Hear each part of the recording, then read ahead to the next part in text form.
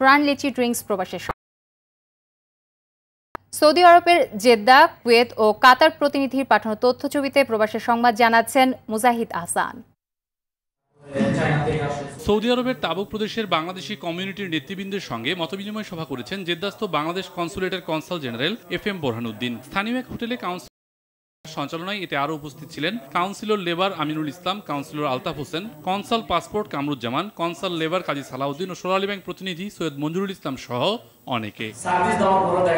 কুয়েতে নানা অপরাধের দায়ে বিভিন্ন দেশের 1207 জন কারাবন্দী অপরাধীকে ক্ষমা করে দিয়েছেন দেশটির আমির শেখ সাবা আল আহমেদ আল জাবের আল সাবাহ। কুয়েতের স্বরাষ্ট্র মন্ত্রণালয়ের বরাতে স্থানীয় গণমাধ্যম এ সংবাদ প্রকাশ করেছে। এই ক্ষমা কোনো বাংলাদেশির ভাগ্যে জুটেছে কিনা জানতে কুয়েতস্থ বাংলাদেশ দূতাবাসে যোগাযোগ করা হলে শ্রম কাউন্সিলর আব্দুল লতিফ খান জানান, শুক্র ও শনি দুদিন অফিস বন্ধ থাকায় রোববার সংশ্লিষ্ট মন্ত্রণালয়ে যোগাযোগ করে তা নিশ্চিত করে বলা যাবে।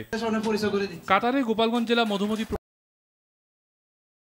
অনুষ্ঠিত হয়েছে। মোহাম্মদ বোরহানুদ্দিন মোল্লার সভাপতিত্বে ও মোহাম্মদ তরিকুল ইসলামের পরিচালনায় এতে বক্তব্য রাখেন শেখ হাসিবুর রহমান, শফিকুল আলম, মোহাম্মদ ইব্রাহিম মোল্লা সহ অনেকে।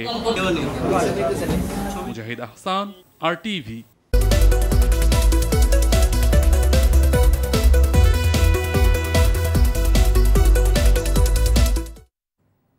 ক্লেমন খেলার সংবাদ। ভারতের বিপক্ষে 3 ম্যাচের টেস্ট সিরিজ শুরু হওয়ার আগে ধাক্কা খেল টিম শ্রীলঙ্কা।